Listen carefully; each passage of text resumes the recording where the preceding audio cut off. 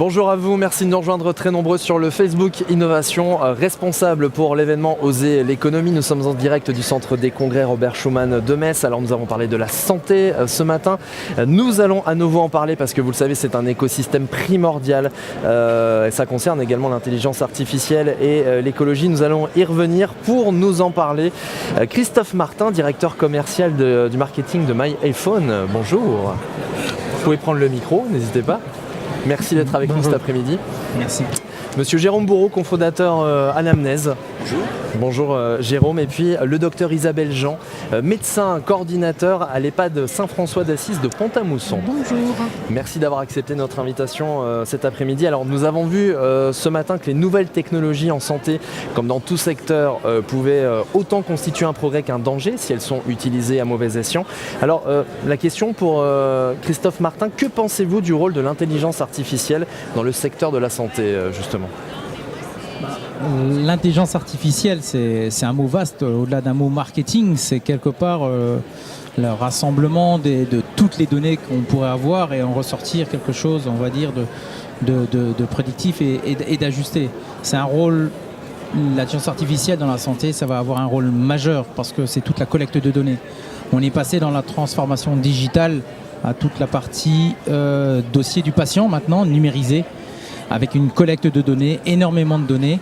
Et l'intelligence artificielle va pouvoir justement prendre ces données, analyser, traiter ces données pour pouvoir amener faire beaucoup plus de prévention, beaucoup d'accompagnement au diagnostic et après d'aller encore plus loin, évidemment, d'aller dans la prédiction sans vouloir quand même remplacer les médecins. Hein, c'est pas l'idée, mais d'être vraiment l'accompagnant dans le secteur.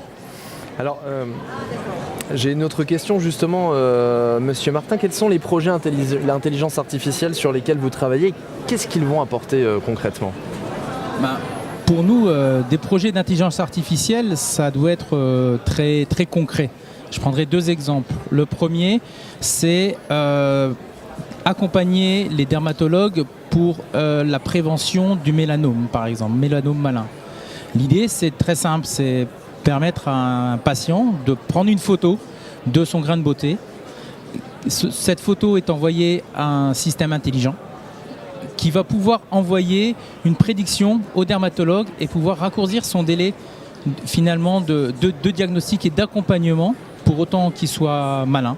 S'il est bénin, voilà, on veut dire c'est malin. Et surtout, d'accompagner le suivi. C'est-à-dire, j'ai peut-être un grain de beauté qui est dans une forme maligne pour l'instant, mais peut-être que dans un an, le grain de beauté aura bougé et il faudra intervenir. Aujourd'hui, la situation est que l'historique des images prises pour ce mélanome, ça n'existe pas trop, quoi. Est-ce que ça permet aussi forcément de réduire le temps de rendez-vous qui est parfois très long pour aller voir un spécialiste ? Ça accélère la prise de rendez-vous, on est d'accord ? Ça accélère la prise de rendez-vous parce qu'on sait que c'est un rendez-vous qui est important. Ce n'est pas un rendez-vous de prévention, c'est un rendez-vous d'action. Oui. Docteur Isabelle Jean. Ça peut sensibiliser probablement aussi le professionnel de santé, donc le médecin dermatologue, qui du coup, grâce à l'image, va pouvoir prioriser cette consultation dans son emploi du temps parce que c'est important et a fortiori en téléconsultation quand c'est possible. Alors justement, Madame Jean, de nombreuses expérimentations en télémédecine ont été mises en œuvre dans les EHPAD. Quels sont les premiers enseignements et quelles sont les perspectives ? Alors, je pense que la télémédecine, en tout cas en EHPAD, on parle d'une population âgée extrêmement fragile qu'on a du mal à déplacer et pour des patients pour lesquels le transport en ambulance, entre autres, est plutôt pénible. L'attente en salle d'attente est extrêmement pénible également. Et donc, pouvoir leur faire bénéficier de consultations et de consultations spécialisées, entre autres, mais aussi de médecine générale, on peut très bien l'imaginer, dans leur milieu de vie habituel, c'est vraiment un atout en termes de confort, de qualité de vie qui est, je pense, majeur. Hein.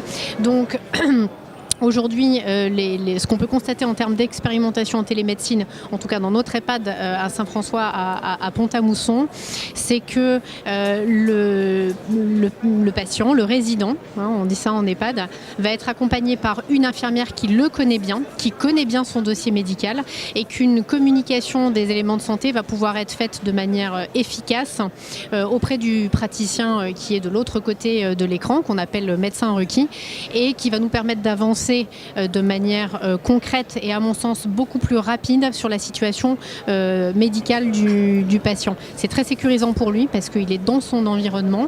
Le médecin requis de l'autre côté va pouvoir poser les questions et si le résident n'est pas en situation de pouvoir y répondre, va pouvoir être accompagné par l'infirmière. Mais surtout, je pense vraiment que ça permet à nos résidents de redevenir acteurs de leur santé. C'est-à-dire qu'ils rentrent vraiment en interaction avec le médecin requis qui est de l'autre côté de l'écran et l'infirmière viendra à chaque fois le suppléer quand il en a besoin. Est-ce qu'ils sont prêts justement, les patients, à franchir un petit peu cette frontière de la médecine 2.0, si je puis me permettre? Ils sont prêts à vivre ça? Quels sont vous qui êtes sur le terrain, comment vous pouvez traduire l'impression des patients? C'est extrêmement étonnant. Je parle de patients qui ont la plupart du temps entre 85 et 95 ans, pour pas dire qu'ils sont centenaires. Donc forcément, on s'attendait à ce qu'ils adhèrent pas du tout à ces nouveaux systèmes de communication. Et en fait, ça fonctionne extrêmement bien, y compris avec des populations. 80% de nos résidents sont atteints de maladies de mémoire, type maladie d'Alzheimer. Et en fait, ils rentrent très très bien en communication avec le médecin requis à travers l'écran, sans aucun souci. Et ils font très rapidement abstraction de cet écran. Monsieur Bourreau? J'ai une expérience un peu similaire. En fait, donc Anamnèse développe des solutions d'intelligence artificielle pour préparer les consultations. Et on développe aujourd'hui, donc notamment pour le groupe SOS, une application dans les EHPAD, sur laquelle je pourrais revenir aussi. Mais le point sur lequel je voulais revenir, c'est effectivement la facilité d'utilisation de certains patients qui ont effectivement plus de 75 ans. Ça nous est arrivé pour des consultations de la SCSI, quand on a voulu accompagner le lancement de notre produit, d'être présent en salle de consultation pour voir comment est-ce que les patients réagissaient avec la tablette pour répondre par eux-mêmes à des questions. Et on s'est trouvé parfois avec des milléniums qui n'étaient pas super à l'aise avec la tablette sur comment est-ce que je fais pour cliquer. Et à contrario, l'expérience la plus amusante qu'on a pu avoir, c'était une personne qui avait 70 ans, qui allait se faire opérer, qui passait donc sa consultation à la SCSI, qui nous a pris les tablettes de la main, des mains, parce qu'on n'allait pas assez vite pour expliquer comment ça marchait. Donc du coup, il y a vraiment de tout. C'est pas les schémas typiques qu'on peut avoir. Les millennials, ils sont super à l'aise avec Internet. Et puis les plus de 70 ans, c'est pas le cas, c'est faux. Je pense qu'on peut casser une idée reçue. Finalement, ça ajoute de la chaleur humaine, malgré tout. L'exemple que je veux bien utiliser, c'est qu'aujourd'hui, en consultation médicale, on passe de plus en plus de temps à attendre une consultation qui va durer de moins en moins longtemps. Qui est très courte, et qui est de plus en plus courte, parce qu'en fait, on manque de temps médical.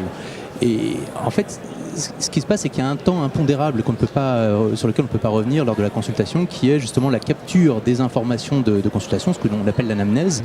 Et une fois que le médecin a passé beaucoup de temps à questionner le patient sur pourquoi est-ce qu'il vient, quelle est la raison de visite de consultation, il ne lui reste pas beaucoup de temps à la fin pour faire de la prévention, pour expliquer, faire de l'alliance thérapeutique, c'est-à-dire j'ai le choix entre tel médicament et tel médicament, le premier va vous rendre anxieux, mais vous êtes vite sur pied, le deuxième ça va être plus longtemps, mais il n'y aura pas d'effets collatéraux. Ces discussions-là, elles n'ont pas souvent le lieu parce que le médecin n'a pas beaucoup de temps. Oui. Si on a pu faire une bonne partie des choses en amont, avec une IA qui a été capable de préparer le terrain, le médecin va se retrouver davantage dans un rôle humain. Et c'est pour ça que notre credo à nous, c'est de dire que l'intelligence artificielle sert à réhumaniser la relation patient-médecin. Christophe Martin, vous souhaitez réagir également? Oui, parce qu'en fait, c'est vrai, le patient, il a besoin aussi d'être accompagné. Et il est très demandeur quand ça concerne sa propre santé. Quand vous parliez tout à l'heure des personnes âgées, il faut les déplacer, il faut qu'elles aillent en consultation, il faut qu'elles prennent un VSL, il faut qu'elles fassent 30 km, il faut qu'elles attendent, elles sont dans le froid, elles ne sont pas à l'aise, elles ne sont pas chez elles. Finalement, on rajoute de la proximité avec l'intelligence artificielle. À un moment, on a besoin de cet environnement de téléconsultation, et je reviens sur ce que tu disais, on a la collecte d'informations, ils seraient très enclins à la donner en fait. Il faut juste leur expliquer aussi pourquoi on collecte la donnée et qu'est-ce qu'on va leur offrir en retour. On a une expérimentation actuellement avec une mutuelle sur un hôpital pour tout ce qui est réhabilitation dans le domaine de la douleur. Et l'idée, c'est de leur amener une tablette avec des questionnaires sur les douleurs et le type de douleur avec les différentes grilles d'évaluation. On a mis une interface très ergonomique, très beaucoup de pictogrammes avec des grilles d'évaluation très simples, parce que ça doit rester simple. Si je veux répondre, je dois comprendre sans avoir une formation à comprendre comment ça fonctionne.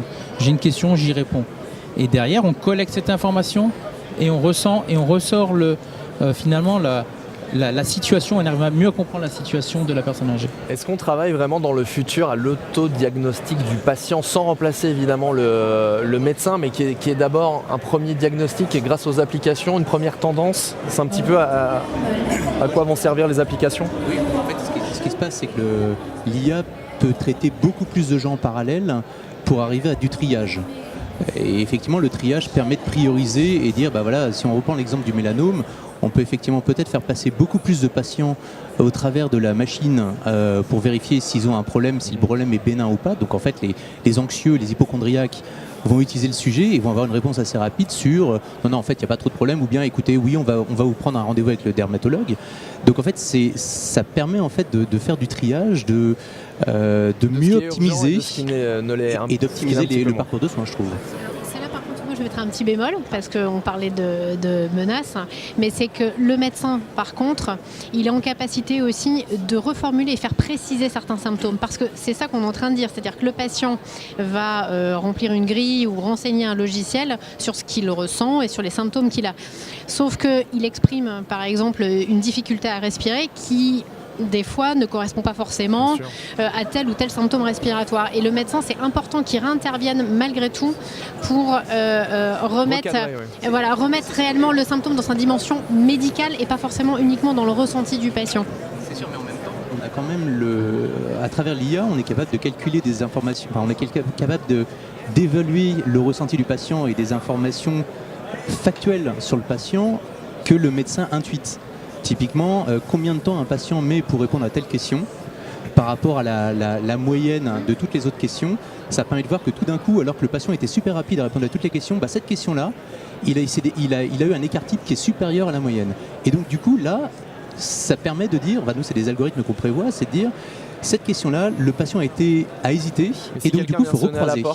Est-ce qu'on le prend dans l'algorithme? L'algorithme va tenir compte du fait qu'il est parkinsonien, qu'il est dément, porteur d'une maladie d'Alzheimer, qui va le ralentir, etc.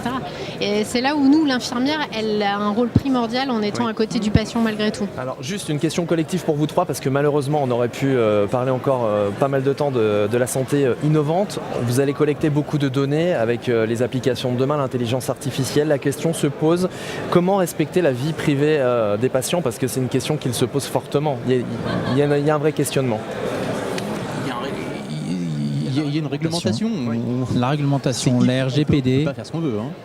Oui, alors pour ce qui concerne l'acte de télémédecine en lui-même, déjà il y a un consentement du patient et de sa famille, en tout cas en institution, à toute réalisation de téléconsultation. Cette téléconsultation, elle se passe dans une salle fermée, close, en présence uniquement du patient et de l'infirmière qui le connaît et qui l'accompagne.